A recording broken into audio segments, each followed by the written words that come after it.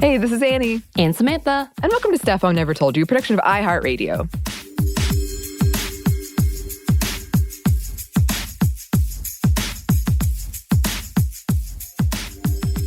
And welcome to 2022. I hope it's been okay for all of you listeners so far. This is our first recording session of 2022. Yeah, Happy New Year. Yes, Happy New Year.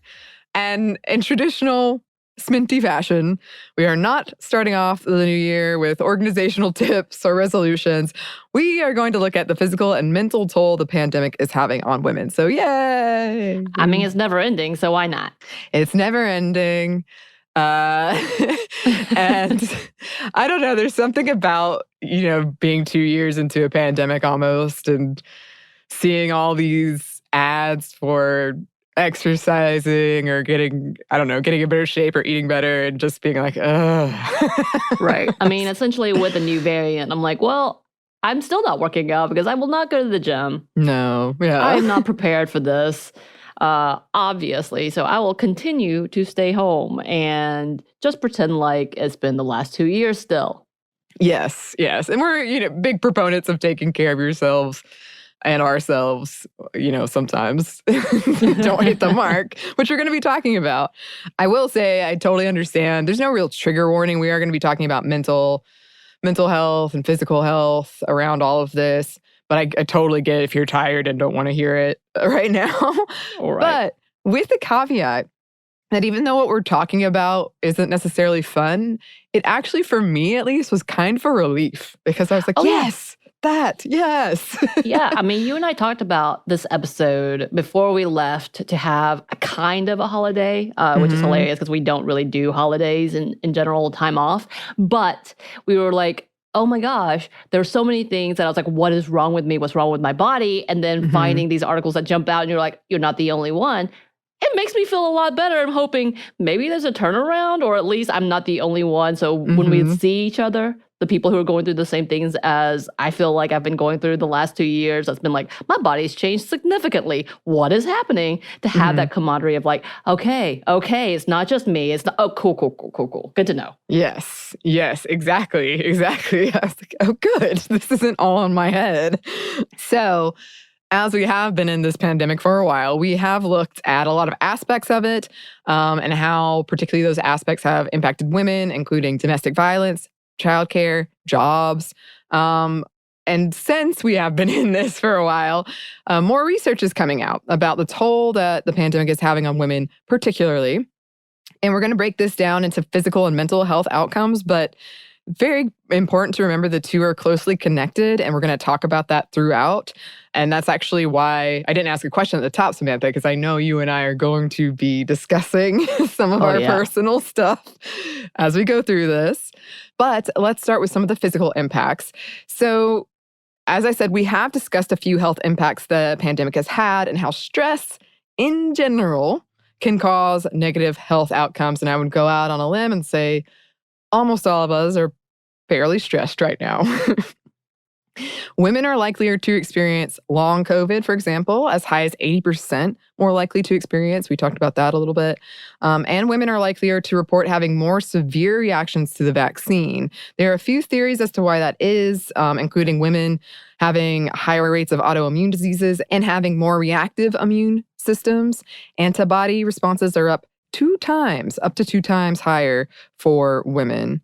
On top of this, women are more likely to have gone without health care during the pandemic, including preventative care, and are more likely to experience worsening health conditions. Women in fair to poor health are less likely to get recommended tests, treatments, or prescriptions filled as compared to women in good health, probably because they are at a higher risk of contracting a more severe case of COVID-19. A part of this is the gender difference, or that it might be a part of it because women in general were more likely to seek out healthcare pre-pandemic. So the drop is larger for them. That's one theory anyway. These numbers are worse for women of color as well, and insurance and income are key factors to all of this. Yeah. And I'll say I kept putting things off and I kept saying, I'll get this checked when the pandemic ends, and the pandemic Like I look at my pretend watch. I'm like, oh gosh, it's still going. Okay. Right. I'll keep putting it off. Last year, you and I were like, do we go to get a physical to lessen our premium or do we just risk it? And we risked it because we were like, yeah, I guess we'll have to pay out of pocket, which sucks. Yeah. Especially because, yes, for anyone, all this, the wellness thing, come on. That's a whole different conversation. But in that level of, yeah, but is it worth going to a very high risk area for $30? Yes, for some. And that's unfortunate. And I hate that. I hate this whole system, as we've talked about before. But for us, we were like, okay, well, I guess we're just going to have to eat it. And then also never go see a doctor again. Because what if we get an infection in general? Yeah. Yeah. Which is not a great situation to be in at all. Studies have also found that more and more women are delaying getting birth control or that they're reporting that they don't have access to it. We discussed this in a past episode and how it's a problem worldwide and has caused an increase in unwanted pregnancies in the millions. STIs, stillbirths, maternal death, and maternal depression. Other research found changes in menstrual periods, like delayed periods, more symptoms with periods and heavier flow, which does impact health and wellness. Experts think that this is due to the stress of the pandemic. One survey found 61% of Americans experienced unwanted weight changes during the pandemic, which also impacts health. Alcohol-related hospital admissions have skyrocketed during this pandemic as well. About 1 in 4 Americans reported drinking more alcohol to cope with pandemic stress specifically. That number is even higher for parents of early elementary school students at 52%. And this jump has been larger for women in general. And I know Pass hosted an episode on women drinking more during the previous president's presidency. And it had a name, but it was like patriarchy stress disorder. Oh, yeah, we talked about voting stress disorder. Yeah. But yeah. That's interesting because absolutely, I can absolutely see why this is happening and this whole level of coping mechanism and having that taken away from you, whether it's being able to leave the house or being able to have kids go to school or being able to have these things. And so if you're stuck and you're thinking, what else can I do? But, oh, great, there's a glass of wine. Let me have that. Yeah, exactly. And I know I've seen, this is one of the interesting, I won't call it a perk, but that's the only word coming to mind. Perks of the job is you research something and then Google thinks, you're into that thing. This is your problem. Yes. And I know I saw a lot of articles popping up in my newsfeed from moms who were really connecting to Miranda's storyline with alcohol on, and just like that, Sex and the City. So I was like, interesting. Yeah, we're going to have to come back to that because there's been a back and forth about whether it's problematic, the portrayal, or whether it was too on the nose. So I'm wondering, because I haven't watched that episode yet. Oh, okay. Ooh. Oh. Yes, that's all I'll say. And another thing, one recent study making headlines found that Americans' blood pressure has risen significantly during the pandemic, especially for women. Experts again think this is because of the outsized burden the pandemic is having on women, though they do note it's not so much weight gain or chronic stress that are likely the culprits, but diet, sleep, not taking the proper medication, and drug and alcohol abuse, with the caveat that chronic stress can and often does impact all of those things. A Canadian study of more than 28,000 women found that women with low social participation or who were alone during the pandemic were at a higher risk of having high blood pressure. Interestingly, the result was the opposite for men. That's interesting. I know. I would have not thought of that. I recently, Anney, went and got my physical because yes, I was like, you know what? I can't afford the higher cost, so let me go do this. And I went and got my blood pressure checked. We were talking about the holidays and we were talking about everything that's happened. And all of a sudden, the nurse or the medical assistant, I can't remember, was like, as she was looking at my blood pressure and the number, she's like, we need to redo that. And I was like, what? She was like, I think you need to stop talking. And I was like, wait, what? And it turned out the numbers that it was showing were showing that she would have had to send me to the hospital had that came back up again. And I was like, oh, wow, I've never had high blood pressure ever in my life. And then all of a sudden it went to the point that she was like, we need to remeasure this. So it was really interesting to see. It was still higher than I've ever had it, but it was healthier and like, okay, you're okay when I stopped talking about my holiday plans. Yes. So I was like, well, damn, okay. Interesting. Yeah. This is, of the health effects I've noticed during the pandemic for me, my heart races. It races all the time. And I feel like I can't breathe normally. Like I have to think to breathe. So I'll just suddenly gasp. So I haven't gotten my blood pressure checked. I'm just assuming it's pretty high, but my heart does race. And it makes me really lightheaded. And this kind of wasn't great for my heart either, learning this, but having higher blood pressure increases the risk of stroke and heart attack, two of the leading causes of death in the U.S. A 2021 study of 80,000 women found that women with high job strain, high stressful life events, and high social strain were very highly associated with greater risk of heart attack, and there was a 21% increase of this risk. Early data suggests that during the pandemic, women are at a greater risk for heart disease. So that's not great. Yeah. And the signs are different for women, and so people can't recognize it because it is also a lot of misinformation when it comes to signs of a heart attack. My mother was a victim of that. And the doctor would not listen when she was like, my jawline hurts. I don't understand. Was sent home, went back again because it wouldn't stop. And then she had no chest pains at the time, but she was like, I'm getting dizzy and my jaw hurts. Her main artery was 97% clogged to the point that they were like, this is the widowmaker. You almost died and had to have major surgery immediately.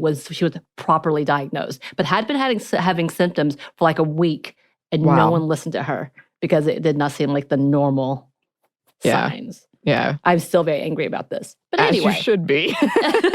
She's okay. She is okay. That's good. But it took that long for someone to figure out what was going on. And honestly, it educated me to be like, oh, okay. Yeah. So women's heart risk, different. Got it. Should have known. Right.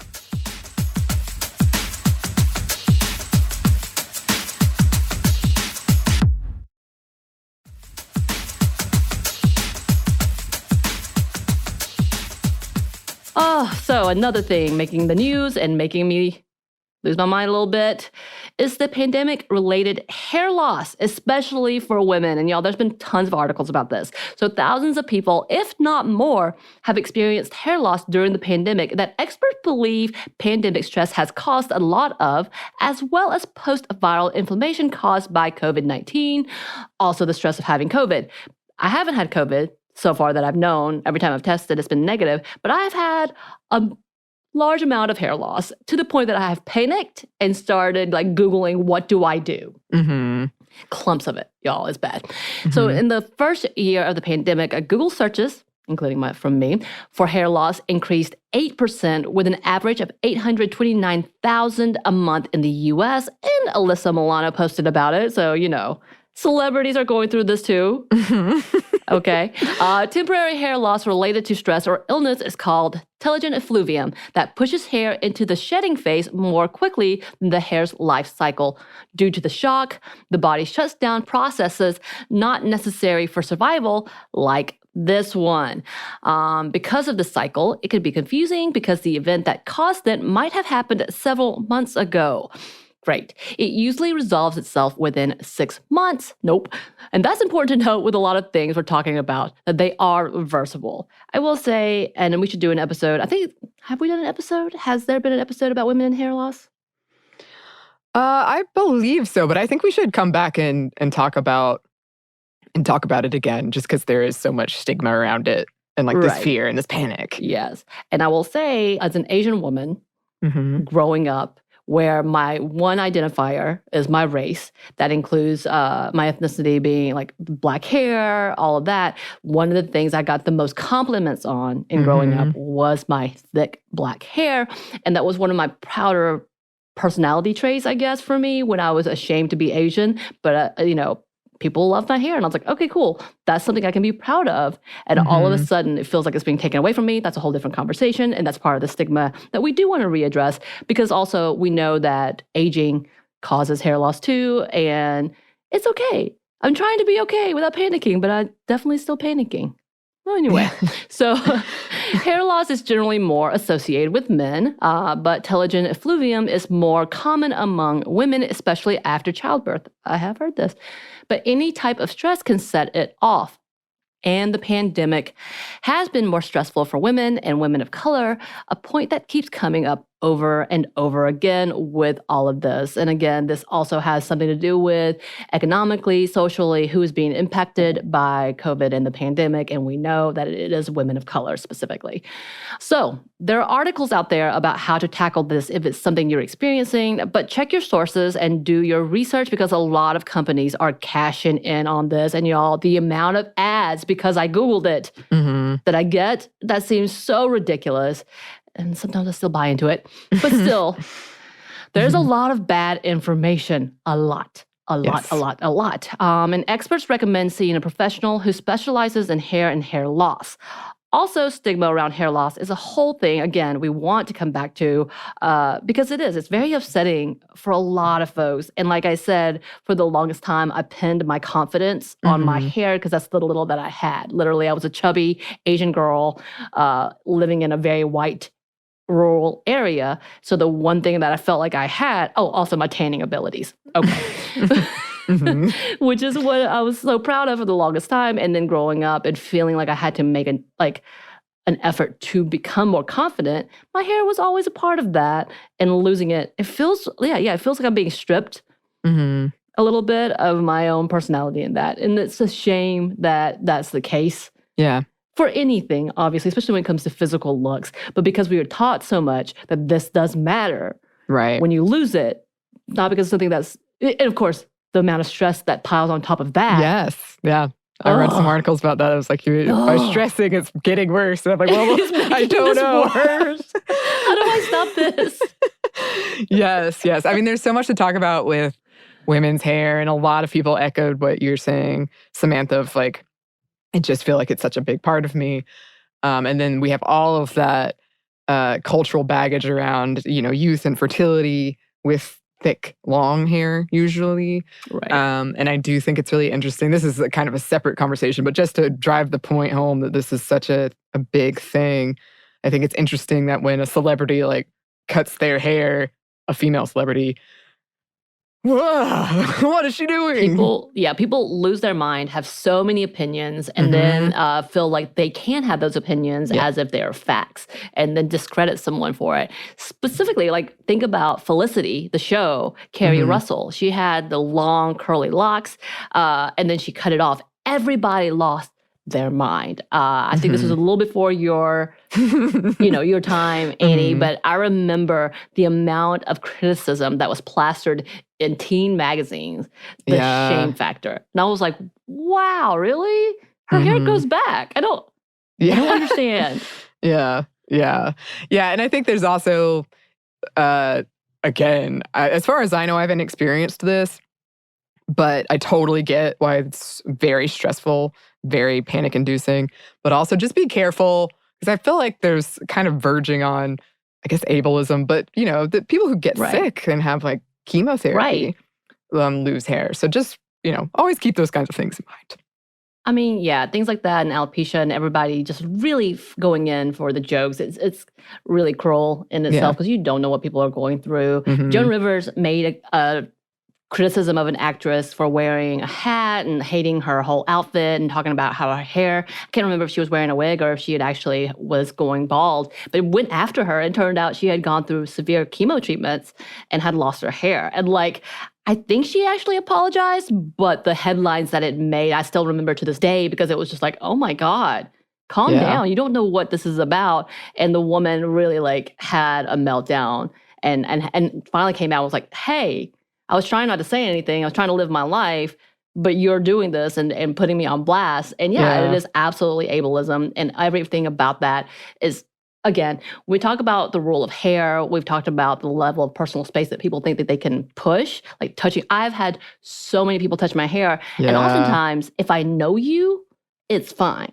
I've had complete strangers come through and put their hand and like pull on my hair. And I'm like, what are you doing? And then when I would cut it, instead of saying, oh, look, you got a haircut in the story, or not even acknowledge it, being like, oh, your beautiful hair, what'd you do? Right. Ugh. Yes. So yeah, definitely something bigger that we need to come back about. Yeah, for sure. But to wrap up this kind of physical impact of pandemic section, we got to kind of grab bag a few random things that I was interested in. We couldn't find too much data that shows they necessarily impact women more, but it's definitely impacting women. One area is teeth. Numbers from the American Dental Association found 71% of dentists across the country reported a rise in bruxism, or teeth grinding or clenching, in their patients during the pandemic, which can lead to temporomandibular disorder. And I put that in there. I knew I was going to struggle with pronunciation. I hope I didn't butcher it entirely. Which is a disorder with symptoms like jaw clicking, pain, and headaches, and is also on the rise during the pandemic, according to 60% of these dentists. They also reported a rise in chipped or cracked teeth as well from grinding. And I've always had a problem with my jaw is not properly aligned, so I have a lot of jaw pain and a lot of like clicking. And I have been grinding my teeth. My jaw hurts. It hurts every day because I'm just so tense. Oh, yeah. Well, on top of that, yeah, I have found myself clenching, and I don't realize I'm clenching to the point until I feel the temple of my head like hurting. I'm like, why? Yeah. What's happening? And not realizing that I've done that. I've also clenching to the point that I bite my cheek. Yeah. And I don't realize it, but there is a permanent like scar tissue that I can feel right now as I'm talking to you. And I was like, oh, that's fun. But even on top of that, I have really bad teeth. I literally have an enamel deficiency, which cost thousands and thousands of dollars when I came in from the US. I just started pulling teeth. They were like, yeah, this is bad.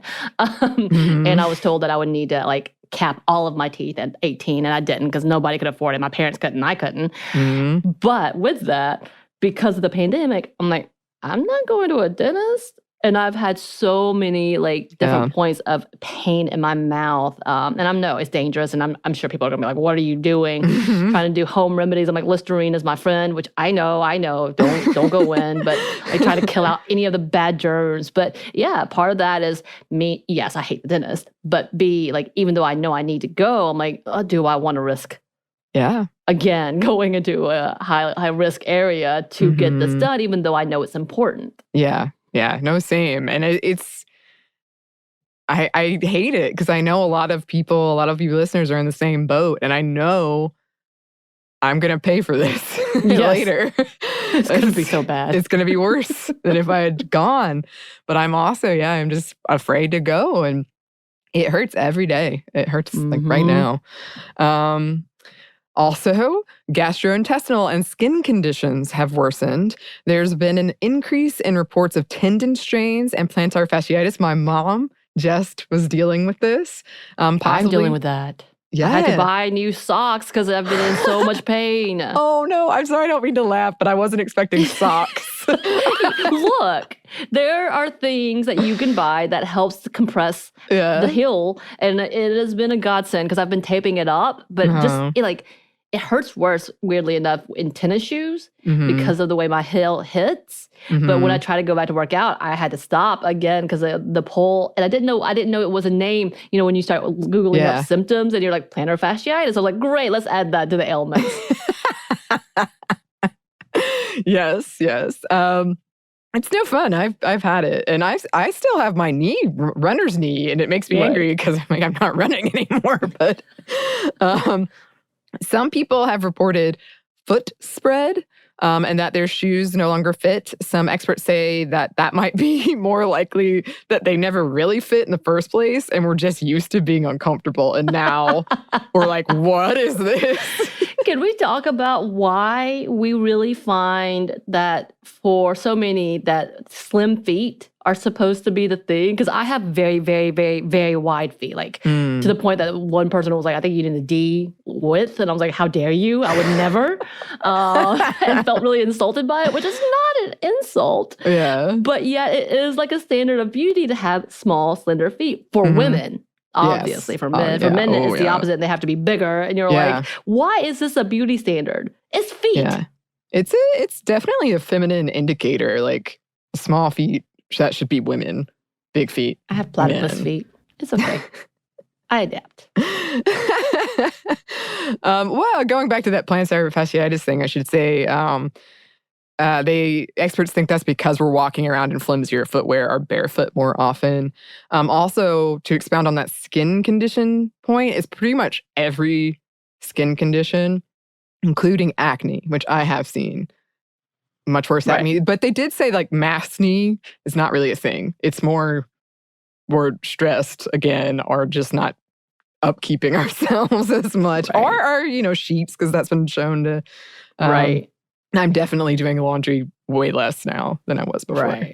Also, FYI, if you're reusing the same mask and not cleaning it, that won't necessarily affect skin. I don't know, I'm not a professional, but it's definitely not good for your skin. Also not effective. But yeah. Also usually stinks after a while, so wash those masks. I had one mask that smelled like coffee because it sat next to a candle for so long. I was like, what is this? That smelled like coffee. So I was like, what is happening? Yeah. Well, I had that one that smelled like garlic, and you were there for that. That was funny. I was like, oh no, I've made a mistake. I love garlic, but I don't want this. While there have been no specific studies about the pandemic on this one that we could find, chronic stress has been linked to the physical shrinking of the hippocampus, which is part of the brain integral with memory and learning. And that did come up in a lot of articles I read about how people think this is impacting our bodies. That is reversible, but they were saying, because a lot of people have also reported difficulty concentrating or, remembering things. But that's also stress can be a part of that and not getting great sleep. And they call it the COVID fog. COVID fog, yeah. Another thing, more people are experiencing things like arthritis and carpal tunnel. And I was telling Samantha, my hands lock up now. And that's also because we're at our computers or devices all the time. And all that screen time is giving us drier eyes and blurrier vision too, which I have experienced. And I was very glad to know this because I was thinking my LASIK is given out. What am I going to do? Not a sponsor, but that is true. And many of us are experiencing... If you'd like to sponsor me, I would be glad to take it. It was nice. And many of us are experiencing an increase in back and neck pain. Oh, yes. Yes. It's true. And I don't know about you. I have been glued to my phone to the point that I'm like, hey, what is wrong with you, Samantha? Put the phone down. And I've had to put a timer on TikTok, essentially, so that it'll stop me. Does it stop me? Not all the time, but it makes me think. Yeah. But because of this, yes, my eyes get blurry or it gets really dry or feels fuzzy. And I get really tired, which I know has been a thing with screen time. We've been talking about it for years. But to the point that I'm like, hey, Samantha, you're already depressive as well as sleepy all the time. Maybe not the best route to go. Yeah. And I know you're not the only one with that either. Especially TikTok. Mine is fan fiction. Yours is TikTok. Yeah. Don't start with me.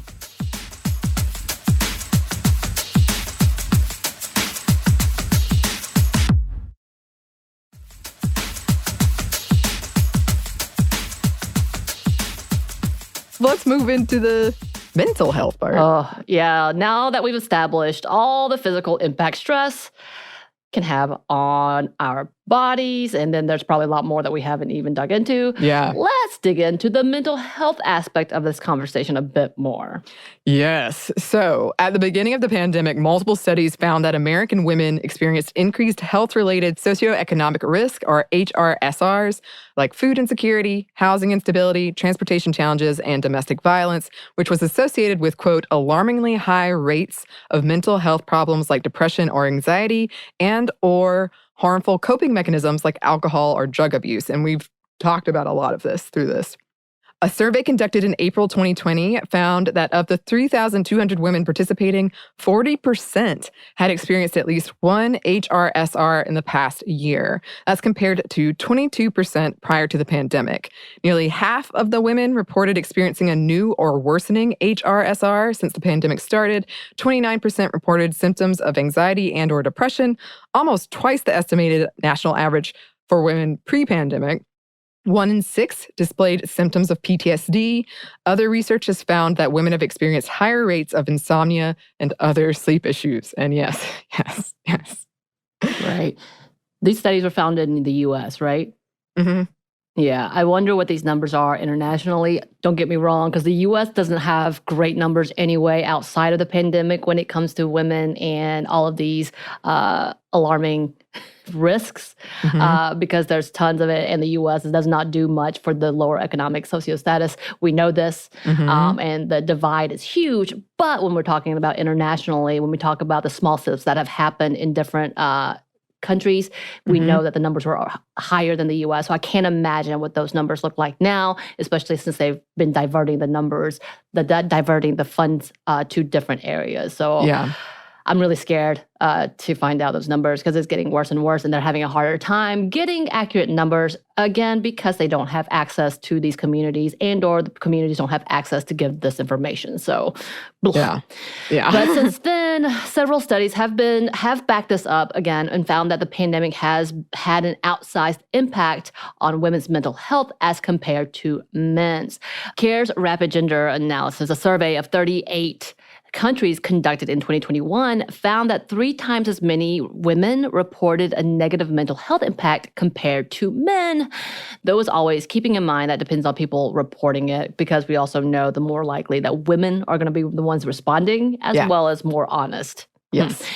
Because we know that mental health is somehow feminized and weaponized in gender is odd. We don't know why. We do know why, but it's such a sad thing that we talked can't about be honest it about it. in our self-care episode recently. Right. Yeah. So, but, 21% of women reported increased stress, anxiety, and or other mental health struggles. And again, like I said, yes, it's based on who is reporting, who's being honest, who's actually taking the time to fill out these reports. That's the other part. As well as the fact that, a lot of the labor load has been placed on women as well. So, Yeah, I mean, and we're being pretty general here, but you can find breakdowns of specifically like for healthcare workers or for people who work at grocery stores. You can find really specific numbers. I mean, we don't have a lot of them because while it does feel like we've been in this for decades now, 2 years is not that long of a time to gather data, but there have been people looking into it. It does exist, just not a lot. Also, newly being said, what was once essential workers and giving things have been suddenly called low-skill workers, and it has a lot to do with the Great Resignation, I think, in part, as well as we'll talk a little bit about the unions and strikes that are happening all across the country, because this has obviously shown the lack of respect and humanity given to essential workers, as well as just most workers, but those who are on the lower pay scale. It says a lot. Oh, yeah. Yes, it does. According to some numbers, 35% of women have experienced moderate to severe depression during the pandemic as compared to 19% of men. 27% of women have experienced moderate to severe stress compared to 10% of men. 37% of women aged 18 to 24 reported experiencing suicidal thoughts compared to 17% of men. And women were more likely to report feelings of nervousness, loneliness, and that everything was an effort. 53% of women reported that the pandemic has had a negative impact on their mental health compared to 37% of men. And those numbers are worse when it comes to women with children under 18.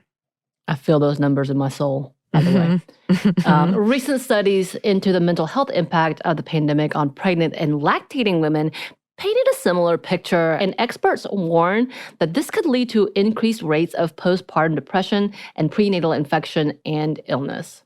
Yeah, and there was a lot of interesting studies on pregnant women during all of this because, as we've discussed before, there's a lot of medical trials or studies can't be done on pregnant women, and because of that, it's not good. It's not good in a lot of ways. But anyway, one study found that older women with a history of intimate partner violence and or childhood abuse experienced significantly greater rates of depression, anxiety, and sleep disorders during the pandemic. The researchers were specifically looking at how a history of trauma impacted negative health outcomes of COVID-19. Since, again, women are more impacted by intimate partner violence and trauma, this is another way this is impacting women disproportionately. And Women typically report higher levels of empathy, which researchers think is contributing to higher rates of negative mental health outcomes during the pandemic. One study found that higher rates of empathy were associated with higher rates of depression, anxiety, and trauma. And you and I were talking about that recently. Yes, we did. And we did a little episode about like everything feeling overwhelming anyways, and coming back into the reality of like, what is this? But yeah, that you and I had this conversation about, if you're truly an empath, it's really hard because you don't know why. But when you hear the trauma going on to someone you love and or anything around, it breaks you. And that's part of being empathetic in itself. And we're not trying to be kitschy and saying we're empaths. That's a whole different conversation. But being empathetic and understanding what is happening and just knowing that it resonates because it's trauma. That in itself has brought me to a whole new point of like, I give up. Yeah. Which we both talked about because there's no way to rest from that, especially in times of continued trauma. And we've seen it for a long while now. And because we also have access to social media, seeing that in firsthand account from that view, it's a whole different conversation too. Yeah. And for a lot of these surveys, they referenced other traumatic events. Like a lot of people talked about SARS, and there were studies around that and the stress of SARS and what happened because of that. And then weather events like Katrina, September 11th. But for a lot of us, Katrina, if you're in it, that's acute stress and ongoing chronic stress. But if you're not in it, it's kind of an acute stress where it's one and done. Whereas this pandemic is continually chronic for everybody. So it's kind of it was just interesting to they were like, we have this data from SARS, but SARS didn't do this. No. Yeah. We don't see this political level that has brought this huge divide, which really has brought on a whole new stressor. And we've talked about that in itself and what that looks like, especially if it breaks apart your family. Yeah, that's stressful. Stressful. Anyway, so another piece of this is as we move to telehealth, which in many ways is great. We have to remember not everyone has access to that. And since women are experiencing these physical and mental impacts at a higher rate, that also impacts us more. Yeah, as beautiful as this is, again, who has access to it, who has the ability to get to it. This is expounded by the closing of in-person services. In 2021, the Alfred Hospital reported a 2,800% increase in demand to the women's mental health clinic. Yeah. So, I mean, it's also a staffing issue at that point. Because, yeah. Yes. And also, as we've said, women make up a majority of, the essential workers.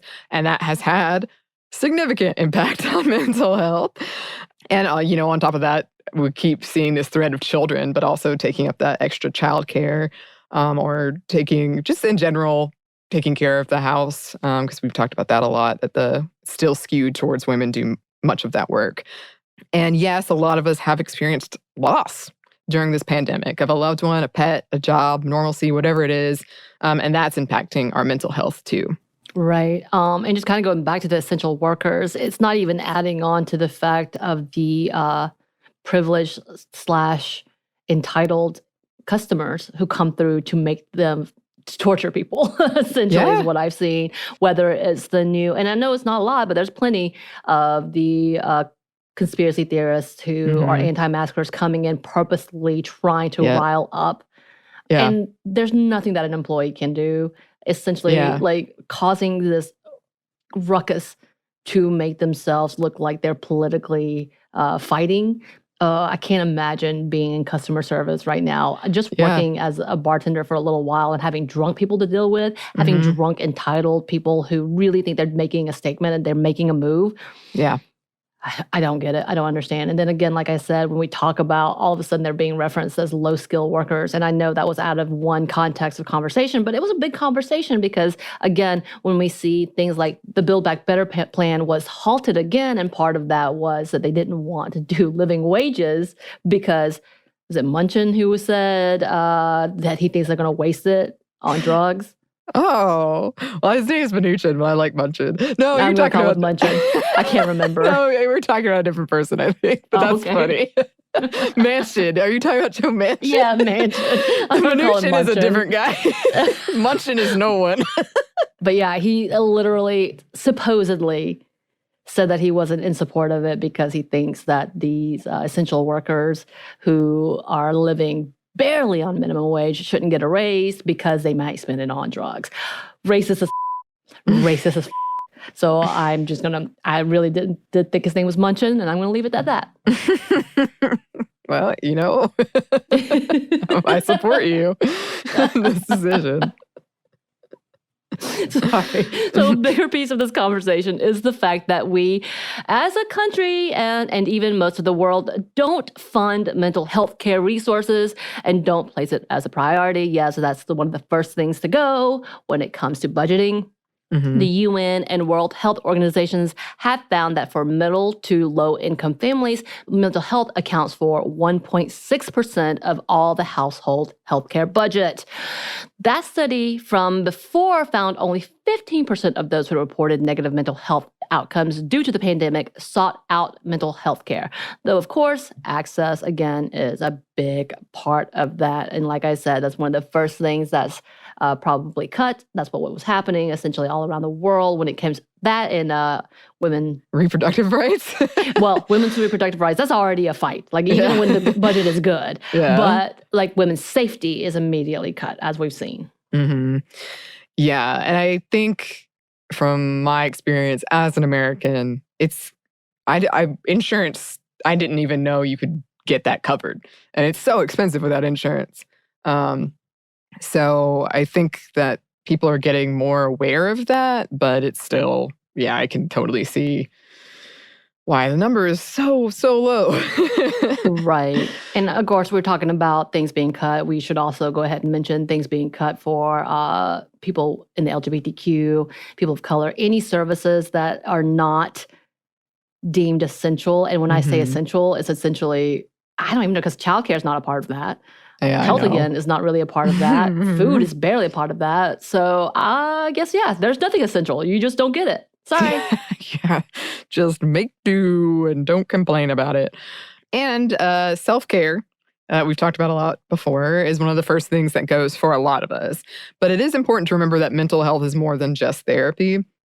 And I say this because I read a lot of people, especially mothers, who were saying, like, it's the first thing on my list that goes because I have to do all of this other stuff. And I totally get that. But I think it is important to remember, there are other things you can try to carve out, even just a little bit, to try to help your mental health. And also I wanted to add in here, because it kind of made me laugh, many articles recommended the things we've all heard before: mindfulness, taking time for yourself, exercise, but it's all with the caveat that there's a reason a bunch of us have stopped doing those things or struggle with those things right now. And one of my favorite was, it was like, if you're too afraid to go outside, which I generally am, go on a walk in your house. And I was like, well, 15 seconds I shall be done with my walk. Your entire bedroom is like a mattress that you can't get past. So that even cuts one room out. So yeah, absolutely. That made me laugh. I get what they're saying, but I could just do a back and forth loop over and over. Right. Again, like all of these things are nice in thought, but if you're a parent of 1, 2, 3, 4, 5, 6, 7, 8, 9 children, you really don't have privacy. Like you can try to lock yourself in the bathroom, but eventually someone's going to come pounding, most likely. If you're at home and you have been a stay-at-home mom, and then everybody's there demanding what's already a full-time job without people demanding, I can't imagine that level. But again, so either way, you're doing double duty and with the expectation that you should be doing these things on top of it. And that's really gross in every way. I would hope that you have a really equal relationship where you can divide. That would be the dream. But even that is stressful. Yeah. Yeah. And I mean, we're talking about this as, big cities across the country suddenly announced, like, we're going back to virtual schooling. It's just totally chaotic. and people trying to figure out these childcare things, which is expensive, but also, yes, there is this great resignation of people quitting. So it's just, it's a lot. And our bodies and our minds are suffering for it. And I don't know. Like I said, it made me feel better to know, but it also scared me because I was like, this is going to have, I knew it was not great and it's going to have an impact, but it's really going to have an impact. Right. I mean, I really would like to see the differences in which the countries are supporting the citizens instead of just saying, make do. Yeah, figure it out. Yeah, essentially with the stimuluses and the different stimuli. The stimmies. I'm going to call it the stimmies because I don't know what else to call it. But essentially financial support, which we had, 2 checks, 3 checks? Yeah. And it depended on a lot of factors. Whether you better got have paid your taxes if you didn't pay before. And if you were in a serving job, you probably had to pay back taxes, which you can't afford to pay back because, hey, service industry is really hard and you don't make a lot of money off of it. Yeah. And then when you get shut down completely and you're at a at-will state with no unionization or any opportunity to do so, you're really screwed. So the level of downward spiral we're having and people thinking, it's okay, is absurd. Absurd. Yeah. And I feel like when we have somewhat stabilized with all the vaccines and people finally, whatever happens, and just having to resign to the fact whether this is our life for the rest of our lives and going on with it and or having a solution, an actual solution, I would like to see what happens and who not came out on top because it's not a competition, but who came out okay. Yeah. I mean, that's when, who knows when we'll revisit this, Samantha, but that will be interesting. And I also wanted to throw in here before we wrap up, because I forgot to mention it, but this is also something I've been experiencing. Headaches. Increase in headaches, they have found. Yeah, and especially because I get migraines, but I usually only get them like 2 to 4 times a year. I think last year I had at least 8. And I have one right now. It's, also related to your jaw and all that stuff we were talking about, but just another thing to add on there. Yeah, mine has everything to do with my vision. And I don't call mine migraines because it doesn't, I don't know. I don't think it's that severe, but it's pretty severe. Yeah. I mean, a bad headache is no joke, no matter what. Do you wake up every morning with a headache? I wake up every morning with a headache. Can someone tell me about that? I guess we have to research it for ourselves. Oh, no. Someone just tell me. The listeners to diagnose us. There is still a lot we don't know. Data is still being collected. Research is still being done. But listeners, if you have anything you want to point us toward, or if you're from another part of the world where things are different, being handled differently, we would love to hear from you.